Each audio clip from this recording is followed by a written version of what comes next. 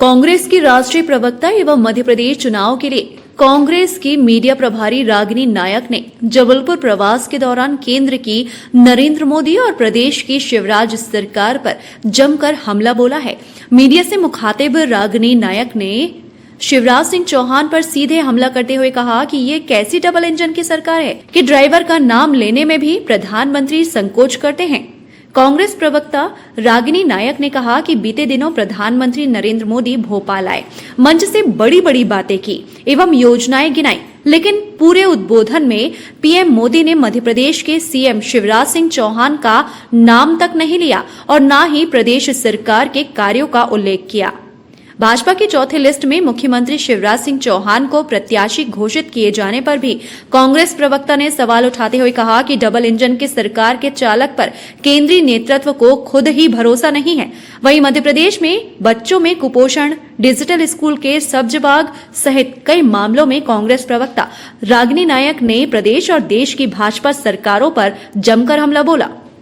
MNS bite Ragini नायक view. Congress में टिकटों को ये बड़ी, क्योंकि जबलपुर में हूँ तो अगले विषय पर मैं ये कहकर ज़रूर बढ़ूंगी कि शिवराज सिंह चौहान, मुझे लगता है कि 10 राज्यों में भाजपा की सरकार है और जहाँ जहाँ भी चुनाव हुआ केवल शिवराज सिंह चौहान ऐसे मुख्यमंत्री हैं जिनकी इतनी फजीहत कराई केंद्रीय नेतृत्व ने कि चौथी लिस्ट तक नाम रोक के रखा। और वो इसी कारण किया कि ये वो लोग भी जानते हैं, भाजपा भी जानती है कि शिवराज सिंह चौहान जैसे जैसे बोलेंगे, बाहर निकलेंगे, उनका नाम और उनकी फर्जी घोषणाओं के बारे में बात होगी, वैसे वैसे भाजपा का वोट कटेगा। और अगर लिस्ट की बात कर लें तो भैया जबलपुर जिले में 8 सीटें कांग्रेस ने भी घोषित की, एक विरोध का स्वर नहीं सुनाई दिया।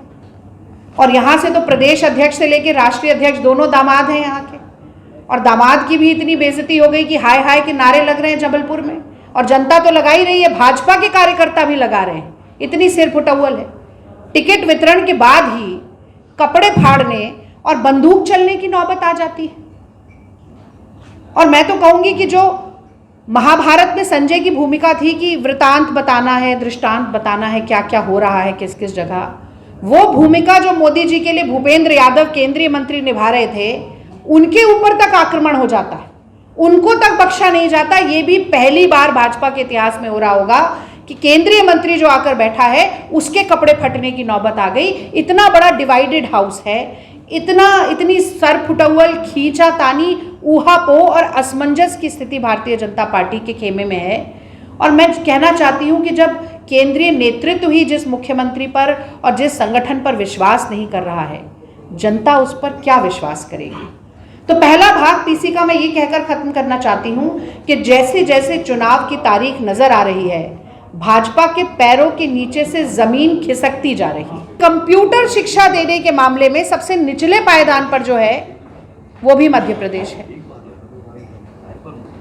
अभी सिंधिया स्कूल में मोदी जी आए थे और बोलकर गए कि डिजिटल कनेक्ट करना चाहिए, डिजिटल कनेक्ट, बड़ी बड़ी बातें। मध्य प्रदेश के 89% स्कूल ऐसे हैं जहां पर इंटरनेट की सुविधा नहीं है।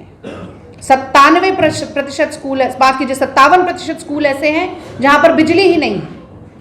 तो 11% स्कूलों में जो है वो इंटरनेट की फैसिलिटी है, 43% स्कूलों में बिजली है और यहाँ डिजिटल कनेक्ट की बात हो रही। पर उपदेश कुशल बहुतेरे। थोड़ा और आगे बढ़ते हैं, बच्चों की बात कर लेते हैं। मध्य प्रदेश में 66 लाख बच्चे ऐसे हैं जिन्हें की अच्छे पोषण की जरूरत है। छोटे छोटे बच्चों की बात कर रही हूं मैं, 66 लाख बच्चे हैं, अच्छे खाने, अच्छे आहार की जरूरत है। और कुपोषण के चलते इसमें से 51% बच्चे जो 6 साल की आयु तक के हैं वो बौने रह जाते हैं। 33-34 लाख बच्चे ऐसे हैं जो बौने रह जाते हैं। और जहां तक मुझे याद आ रहा है, आप सब लोग भी जानते हैं, शिवराज सिंह जी कई बार कह चुके हैं कि कुपोषण मेरे माथे का कलंक है। इसके बाद भी अपने आप को मामा कहने वाले व्यक्ति ने कुपोषण को मिटाने के लिए क्या किया। मध्य प्रदेश की बात तो है ही, अगर देश में भी अभी एक बहुत वीडियो वायरल हो रहा था श्रीमती ईरानी का भी, ग्लोबल हंगर इंडेक्स की बात हो रही थी। 125 देशों में से 111वें स्थान पर भारत पहुंच चुका है, यानी कि भूखमरी में विश्व गुरु बनने की कगार पर हैं। और सबसे ज्यादा कुपोषण अगर कहीं है तो वो मध्य प्रदेश में।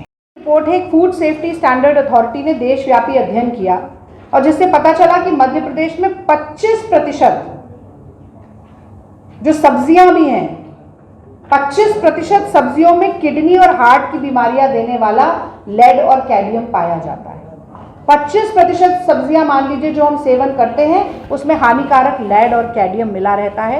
और प्रयोगशालाएं जिनका भूमि पूजन हुआ था उनमें अब अगर झाड़ झंखार उगा हुआ है तो कहाँ जाकर आप सारी चीज़ों की टेस्टिंग करवाएंगे। और साल भर पहले की खबर है, पिछले साल भी यही हुआ दिवाली के दौरान, कि नकली दूध बनाने वाले तमाम ऐसे माफिया जो मिलावटखोर माफिया हैं वो फिर से सक्रिय हो गए। ग्लूकोज की खेप रोज उतरती रही, नकली दूध, मावा पनीर का कारोबार चरम पे पहुंच गया और यूरिया खाद, पाम ऑयल, आरएन केमिकल के साथ साथ डिटर्जेंट डालकर दूध बनाया गया, बेचा गया। और अब फिर वही सूरत हाल दोबारा इस साल हो गया है। लेकिन शिवराज सिंह सरकार को इस बात से कोई फर्क नहीं पड़ता, क्योंकि उनका मूल मंत्र है अपना काम बनता, भाड़ में जाए जनता।